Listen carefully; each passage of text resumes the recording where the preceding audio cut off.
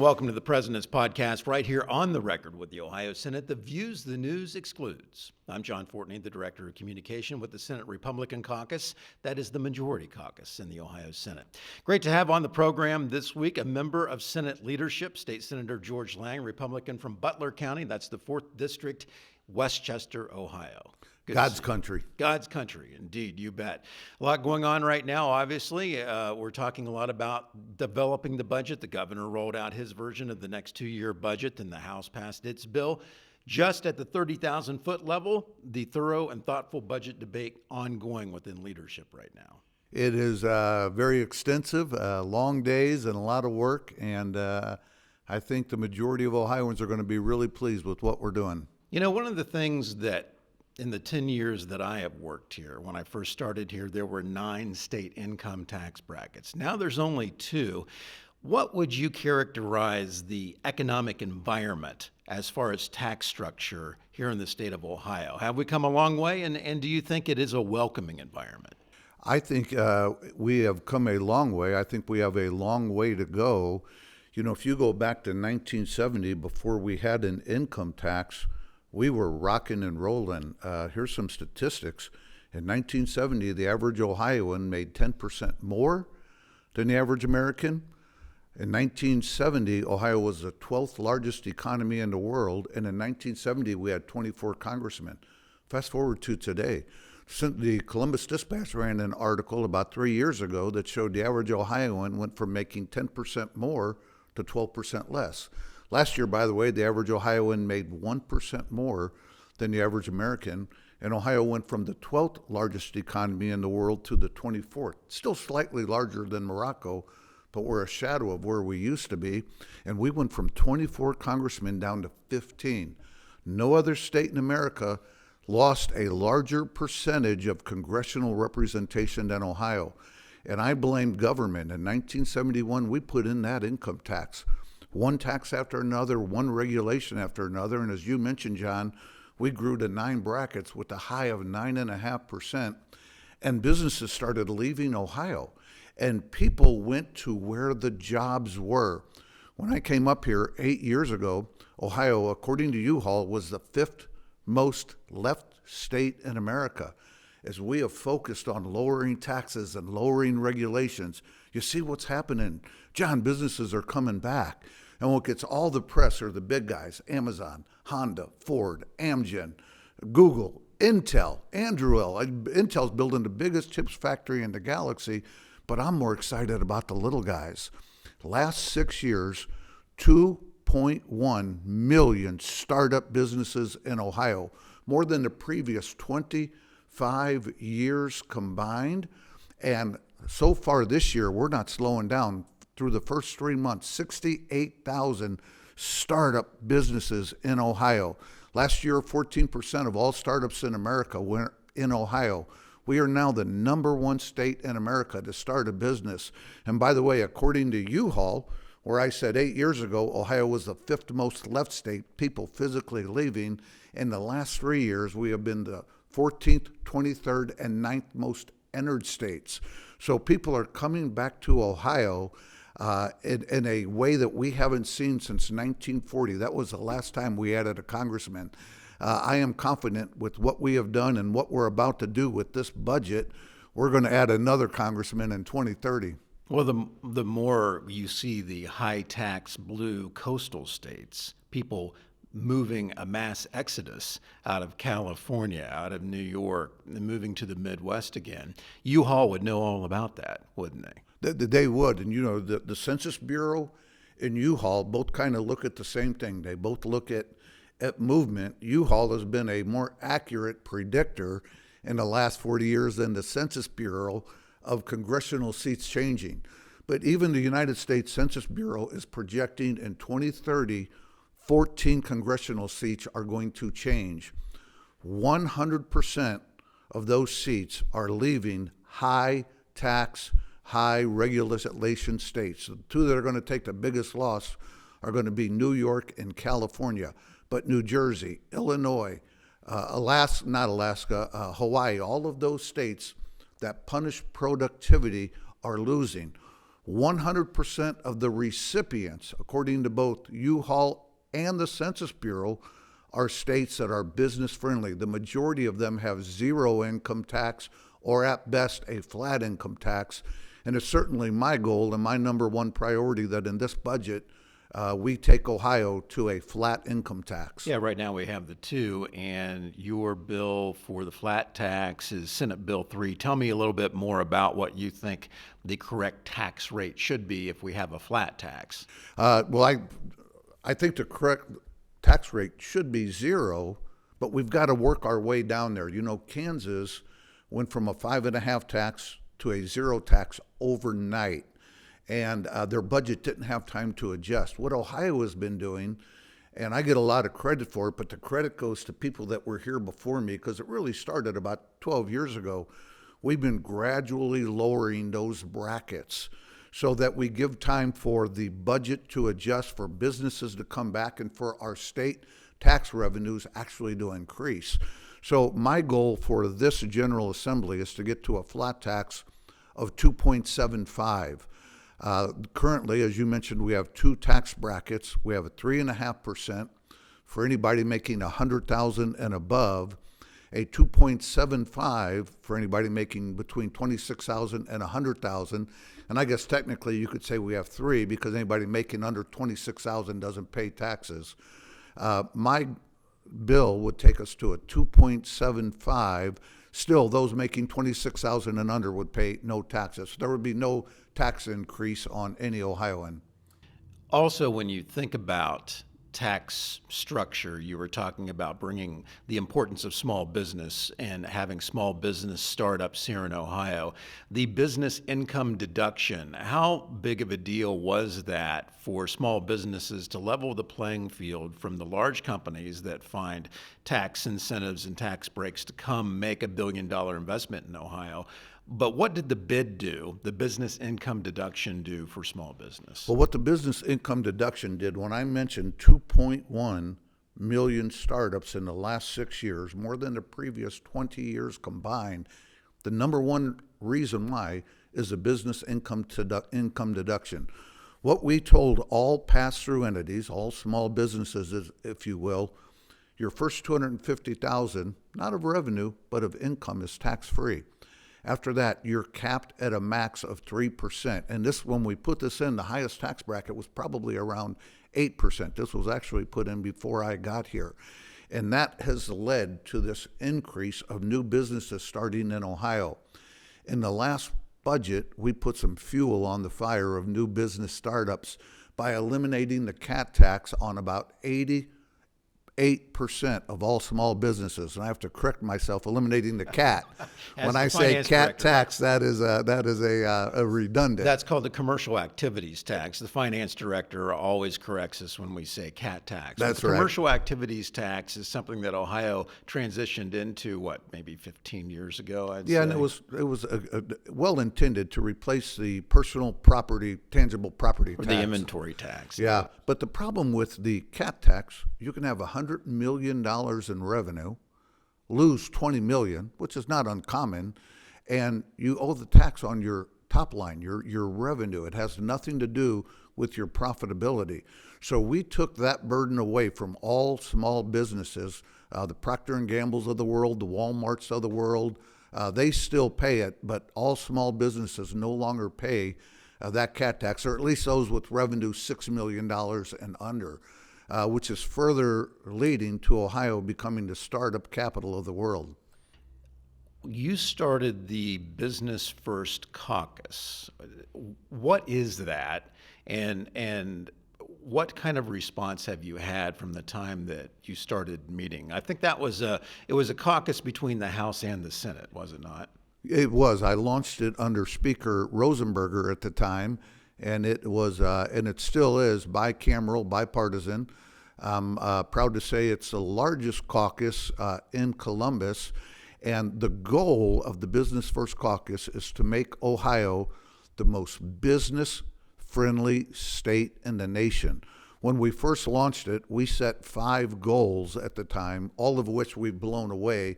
One was, at the time, we were the 5th most left state. one was just become one of the 30 most entered states, and I shared the U-Haul numbers with you already. We've blown it away. At the beginning of the last GA, we set a new goal. That goal was 1 trillion and 16. So this is a solid measurement that the citizens can hold the Business First Caucus accountable to. What I meant by 1,016,000,000, we wanted to grow Ohio's state GDP from about $750 billion in 2020 to $1 trillion by 2030. By the way, we're at about $900 billion through 2024. So we're already 60% of the way to our goal, and we're only 40% of the way through the time period. I passionately and fervently believe we're going to blow that $1 trillion out of the water. And where we got to 16 from, we want to grow Ohio's congressional representation from 15 to 16, and we haven't added a congressman since 1940. Yeah, even when I worked in the news business covering the state house and Ohio politics, I can remember it quickly sliding down through the low 20s down to where we are right now. And it's really critical that you have additional representation as a congressional delegation on Capitol Hill. That is correct. It means so much, not only in terms of federal funding, but just in us having a say so. We used to have 6%, about 6% of congressional representation. Now we're down to about 3.5%. Back to income tax policy, would you agree that our members, the majority caucus, the Republican caucus, fundamentally believes that it's your money first and not the government's money? Yes, and not only that, we also trust the private sector. The profit motive is a pure and noble motive, and we believe that businesses best know how to handle the money better than we do. And as we have lowered taxes, we've just seen businesses grow. They're not pocketing that money. They are reinvesting in their business. They're hiring more people. They're expanding their markets. And that's what we need to see in Ohio. Revenue for a government. And you brought up the GDP with the goal of how much again? Trillion? $1 trillion. $1 trillion. Yeah. Isn't that where the revenue comes from, the growth of the economic base, not the growth of the tax rates? Without question, as you bring more people back, every form of government revenue will grow as a result. Your sales tax is going to grow. But the other thing that happens when you create a business-friendly environment is your tax on a per capita basis goes down significantly. Here's a good example. Florida has about 86% higher population, but they have about a 14% higher budget. So their tax on a per capita basis is significantly superior to ours. And if you look at our budget, the three primary things of our budget are to educate, to medicate, and to incarcerate. And when the economy is exploding and businesses are flourishing and our citizens are prospering, I believe that will have a significant impact on our budget when it comes to two of those three. The cost to medicate, because people will no longer will no longer need to be on Medicaid. They'll have a high-paying job that they can have to have all their desires, their dreams, and their ambitions met. Provides their health insurance. And the cost to incarcerate, I believe, will go down significantly as well. You know, idle hands are the devil's workshop. Unfortunately, I don't think we can have too big of an impact on the cost to educate because we need a trained, viable workforce to meet the needs of the business community. When we talk about investments, you always want a return on your investment. Senate Bill 2 was recently signed, or its companion bill, the House bill, was recently signed into law. You saw our coverage of that on our Ohio Senate GOP YouTube page, where we had President McCauley, Senator Reineke, who sponsored Senate Bill 2, and of course Senator Chavez, who is the energy chair.